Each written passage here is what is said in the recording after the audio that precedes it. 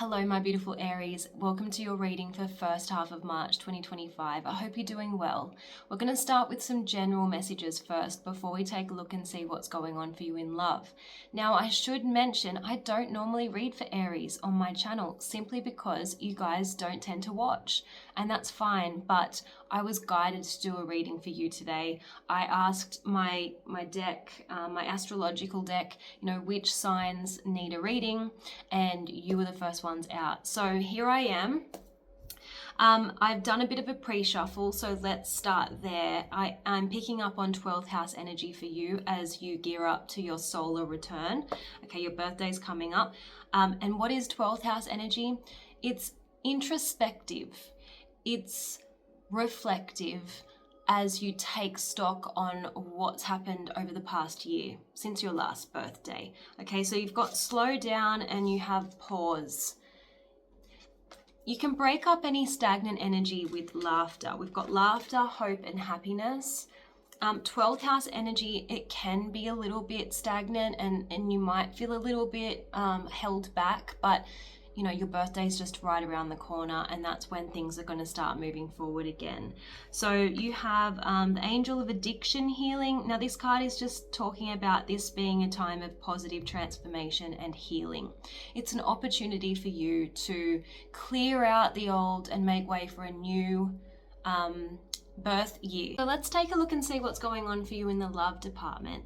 It does look like for a while you've been investing a lot of time, energy, and money into your relationship to the detriment of your own personal priorities, like your hobbies, your work, your goals, your health maybe. I'll show you. So we have the Wheel of Fortune in the reverse next to the Three of Wands in the reverse. This is telling me, again, stagnant energy with the Wheel of Fortune in the reverse, that you've kind of put your own life on hold, okay?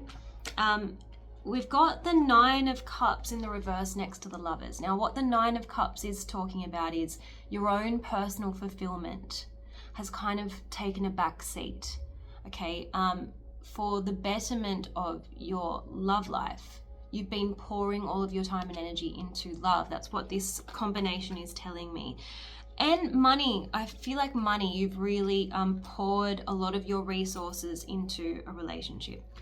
That's what I'm getting from the Ace of Pentacles in the reverse.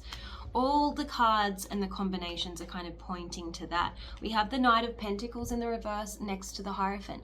So the Hierophant is talking about a commitment, a higher commitment.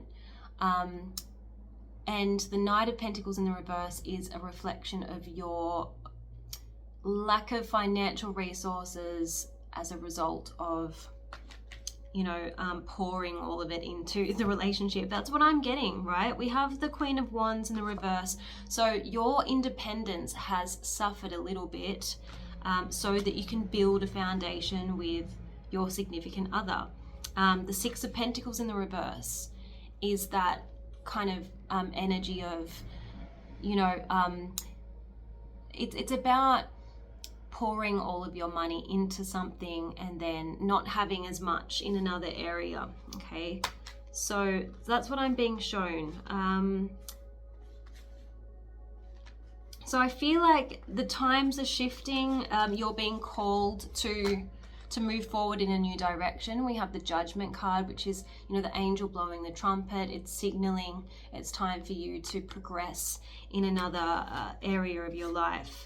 I feel like you've got more career recognition on the horizon with the Six of Wands, and you're going to be moving in the direction of your goals, ambitions, creative ventures,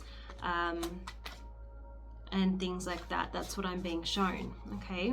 So let's have a look and see your person, what's going on for your person of interest. Okay.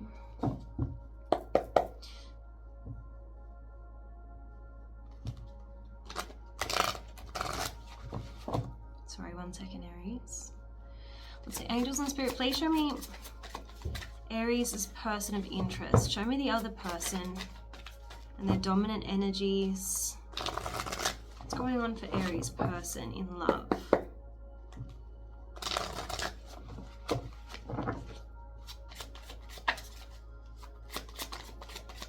What does Aries need to see about their significant other? What does Aries need to see about their significant other, please?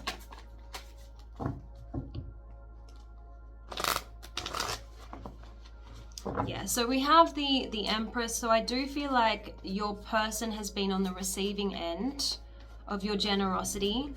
There's a lot of prosperity surrounding this Empress, and she sits on her throne in her feminine energy. And what is feminine energy? It's about receptivity. So I do feel that they've been the beneficiary of all of your efforts. That's what it feels like.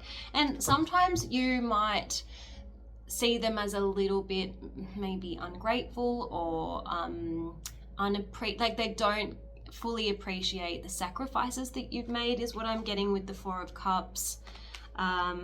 And you know, the Two of Swords is just indicative that they're blindfolded. They're actually oblivious to some of the sacrifices that you've made, is what I'm getting. Okay, you've been compromising a lot your personal fulfillment in terms of your goals and your personal preferences. I feel like you have let them fall to the wayside in service to this person, is what I'm getting. Angels and Spirit, please show me what's going on for Aries person of interest. What's going on for Aries person of interest, please?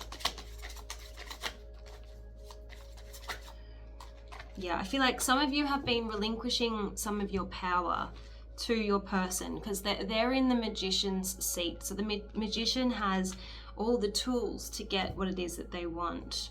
And you might feel that your person hasn't been as forthcoming in terms of giving back to this connection. So I guess you have to be careful of, you need to not fall into a position of sacrificing and being the giver all the time. Show me.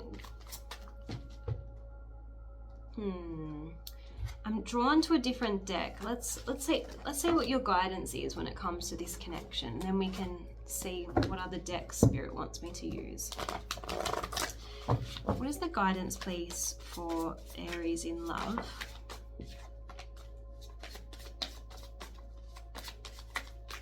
You know, you need to speak up for yourself. You need to,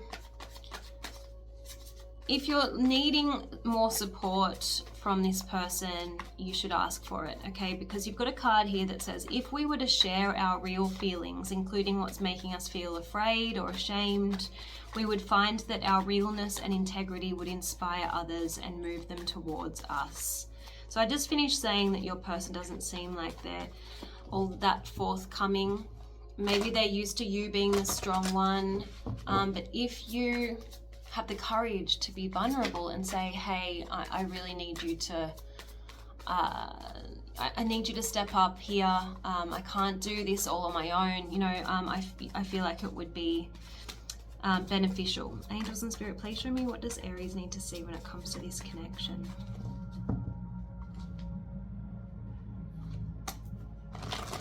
You've got Alchemy. The card is talking about the need for you to use all of your emotions to your advantage, especially the bad ones. So sadness can be turned into art, anger can be turned into healthy boundaries, and feeling lost into motivation to find your path. So if you could just be mindful of what you're feeling and listen to your feelings, you'll know what to do, what would be more constructive. Angels and Spirit, please show me what is the guidance for Aries.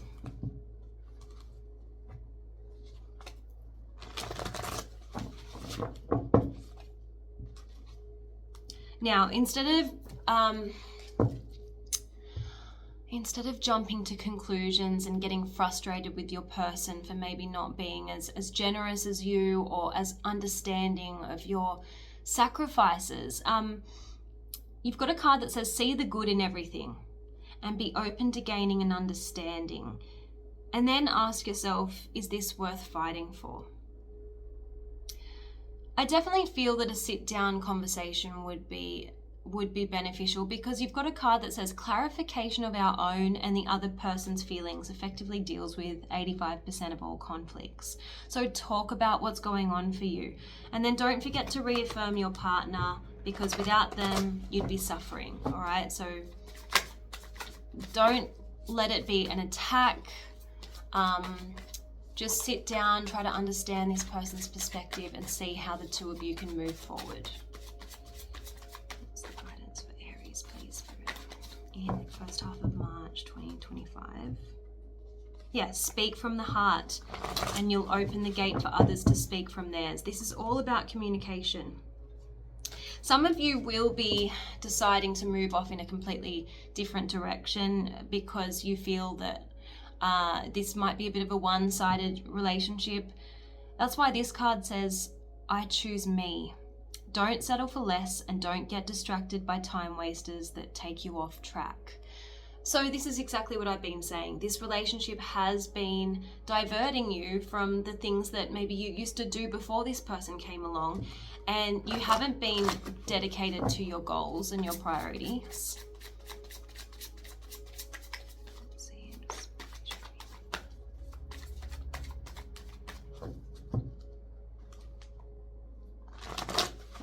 Okay. So some of you are considering whether you and this person have enough in common to have a basis for growth. You're considering values, goals, and love languages. So Spirit is saying keep it simple. Don't make things more difficult than they need to be. Just accept what you know and feel to be right for you without trying to convince others that it must be right for them. So you're not going to change this person or get them to be more on board with your preferences. You have to accept them as they are and make a decision, you know. Are you moving forward together, or is this just always going to be like a one-sided thing where you're doing all of the giving and the sacrificing? Okay.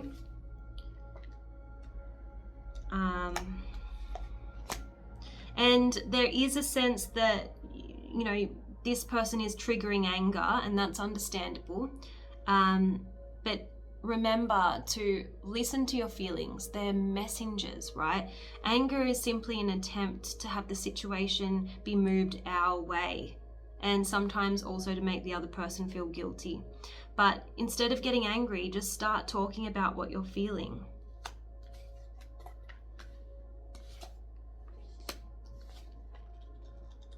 Okay, so this could be a bit of a codependent connection, where this person's sort of in it for themselves and it's become quite transactional. So you've got a card that says, look at how you're being used, as well as how you might be using the other person to make your decisions, in order to make your decisions about the relationship with that awareness, okay?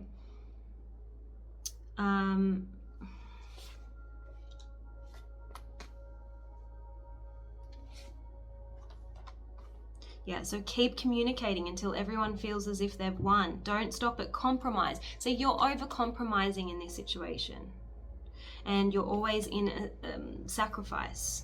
I asked what you need to heal when it comes to love, and you got attachment and self-neglect.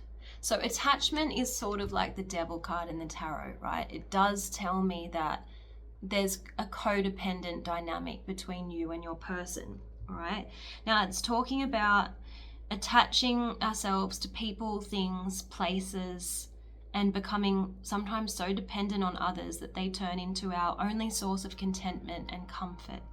We rely excessively on relationships with other people, alcohol, drugs, social media, electronics, food, drama to fill our emotional needs. Now, this is so interesting because at the beginning of the reading, you got Angel of Addiction Healing.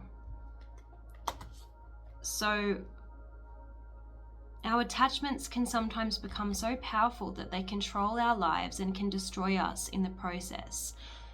You're being asked to ask yourself how you might experience addictions of any kind. What are you running away from? How can you soothe your own pain and address your own emotional needs? And what are you refusing to see? So sometimes our addictions take our attention away from things that we don't want to see.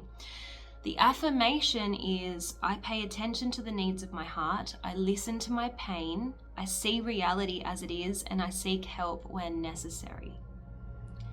You definitely need to seek help. There is support to be had, Aries, because I feel like you've taken everything on. You've maybe taken the burden away from your person of interest in an effort to be needed by this person. So you've taken on pressures and responsibilities that don't belong to you, right? And this feeds into this self-neglect that I'm picking up on. So this card says, on many occasions we're busy, overwhelmed, and too many things are demanding our attention, and our own well-being and self-care drops to the bottom of the to-do list. And we're not our own priority anymore. When we neglect ourselves, we cannot give to others. So this is asking you to fill up your own cup again. Prioritize your own self-care, interests. So it's saying, do I often neglect my own needs and self-care? Why? The affirmation is, I am important, I look after myself, I fill my own vessel first in order to give to others, and I honor my responsibilities with care and love. Now I want to finish your reading, Aries, with a crystal spirit message. Okay, angels and spirit, please show me what is the guidance for Aries in love. What's the guidance for Aries in love in first half of March 2025, please? Guidance for Aries in love. So you got amethyst. Okay. So amethyst is talking about unconscious habits and the need for old patterns to be released. It says relationships can be like a comfortable pair of slippers, well broken in, but amethyst is here to awaken you to the exciting possibility of an even richer partnership or relationship with someone that you feel a connection to. Step out of the same old, and into a new way of interacting. Okay. Big journeys of healing start with small steps, such as asserting your need to be listened to, even when you say something that might make someone you care about uncomfortable, or to pause when someone is giving you new information that might make you feel defensive. The energy of rediscovery is calling for you to deepen your trust and intimacy. Don't be shy, you can do this. Okay, so I hope that this reading was helpful, Aries. Do let me know if it's resonated with you, and I will see you again soon. Bye.